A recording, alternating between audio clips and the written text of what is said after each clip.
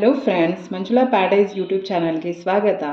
ಇವತ್ತು ನಾನು ಮನೆಯಲ್ಲೇ ಶೇಜ್ವಾನ್ ನೂಡಲ್ಸ್ ಹೇಗೆ ಮಾಡೋದು ಅಂತ ತೋರಿಸ್ತಾ ಇದ್ದೀನಿ. ನೋಡಿ ಎಷ್ಟು ಕಲರ್ಫುಲ್ ಆಗಿ ವಂಡರ್ಫುಲ್ ಆಗಿದೆ. ನೀವು ಟ್ರೈ ಮಾಡಿ.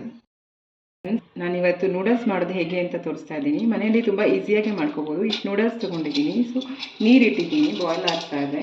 ಸೊ ಇದನ್ನು ಹಾಕ್ಕೊಳ್ಳೋಣ.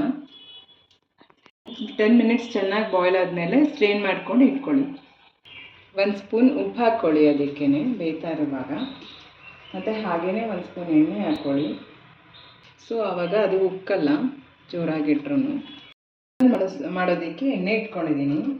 ಸೊ ಅದಕ್ಕೆ ಒಂದು ಸ್ವಲ್ಪ ಬೆಳ್ಳುಳ್ಳಿ ಹಾಕ್ತಾಯಿದ್ದೀನಿ. ಇಷ್ಟು 4 ಬೆಳ್ಳುಳ್ಳಿ ಫ್ರೈ ಮಾಡ್ಕೊಳ್ಳೋಣ.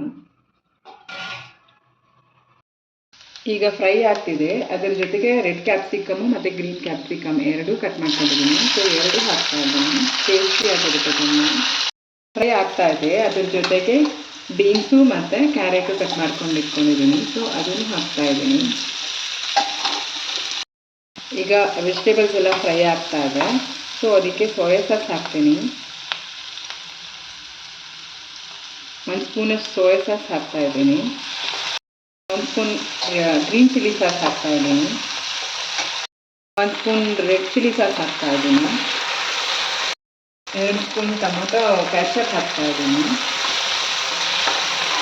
ಈಗ ಕೊತ್ತಂಬರಿ ಸೊಪ್ಪು ಹಾಕ್ತಾ ಇದ್ದೀನಿ. ಈಗ ಸ್ಟ್ರೈನ್ ಮಾಡ್ಕೊಂಡಿರೋ ನೂಡಲ್ಸು ಬೇಯಿಸಿಟ್ಕೊಂಡಿದ್ದೀವಿ ಆಲ್ರೆಡಿ. ಅದಕ್ಕೆ ಉಪ್ಪು ಹಾಕಿದ್ದೀವಿ. ಸೊ ಈಗ ಅದನ್ನು ಮಿಕ್ಸ್ ಮಾಡ್ತಾ ಇದ್ದೀನಿ. ಈಗ ಶೇಜ್ವಾನ್ ಸಾಸ್ ಹಾಕ್ತಾ ಇದ್ದೀನಿ.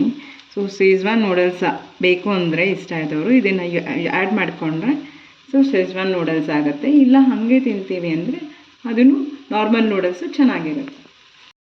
ಈಗ ನಮ್ಮ ಶೇಜ್ವಾನ್ ನೂಡಲ್ಸ್ ಈಸಿಯಾಗಿ ಮನೆಯಲ್ಲೇ ಮಾಡುವಂಥ ವಿಧಾನ ತೋರಿಸಿದ್ದೀನಿ. ನೋಡಿ, ತುಂಬ ಕಲರ್ಫುಲ್ಲಾಗಿ ತುಂಬ ಚೆನ್ನಾಗಿದೆ. ನೀವು ಟ್ರೈ ಮಾಡಿ, ಲೈಕ್ ಮಾಡಿ, ಶೇರ್ ಮಾಡಿ, ಸಬ್ಸ್ಕ್ರೈಬ್ ಮಾಡಿ.